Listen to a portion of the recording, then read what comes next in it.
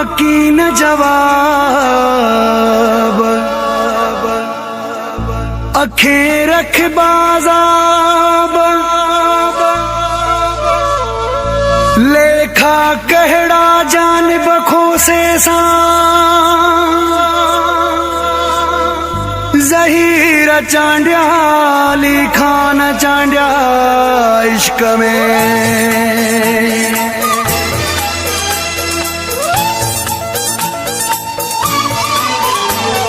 रोज़ तोखे याद करे मुखे रोइणो पवंदो आ,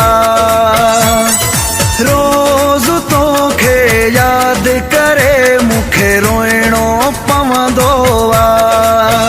खिले खलकत खिलणो पवंदो आ, कंधु हेठ भी करणो पवंदो आ,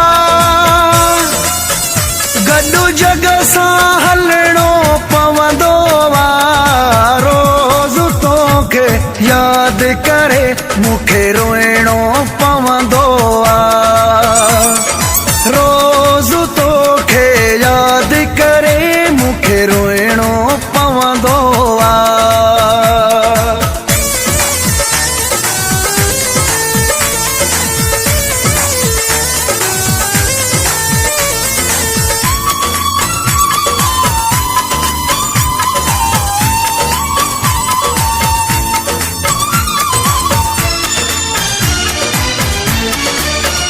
दस्तूर दुनिया जो अजीब आहे,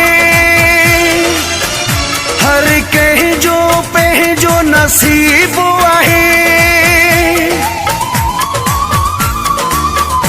दस्तूर दुनिया जो अजीब आहे, हर कंहिं जो पंहिंजो नसीब आहे। मरी मरी भी जीअणो पवंदो आ, रोज़ तोखे याद करे मुखे रोइणो पवंदो आ, रोज़ तोखे याद करे मुखे रोइणो पवंदो आ।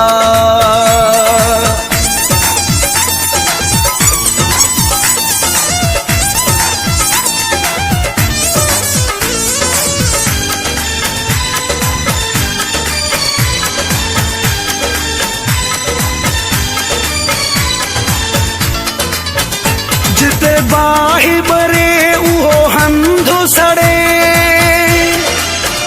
जॾहिं जिगर उथी ऐं पाण विढ़े। जिते बाहि बरे उहो हंधु सड़े, जॾहिं जिगर उथी ऐं पाण विढ़े। बर्दाश्त भी करणो पवंदो आ, रोज़ तोखे याद करे मुखे रोइणो पवंदो आ, रोज़ तोखे याद करे मुखे रोइणो पवंदो आ।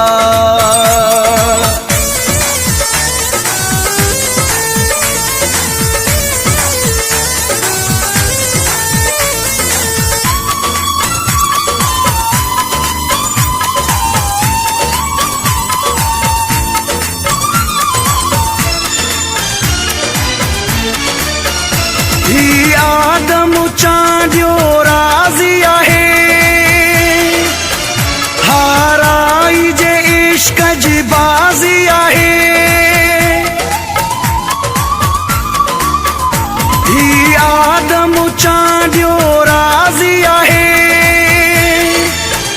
हाराई जे इश्क जी बाज़ी आहे।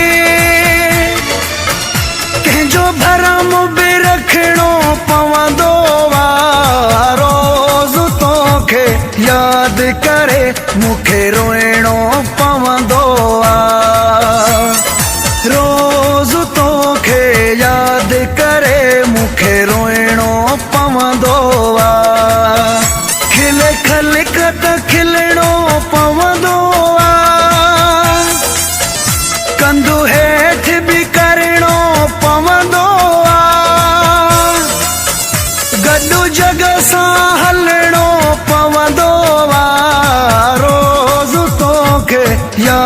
करे मूंखे रोइणो पवंदो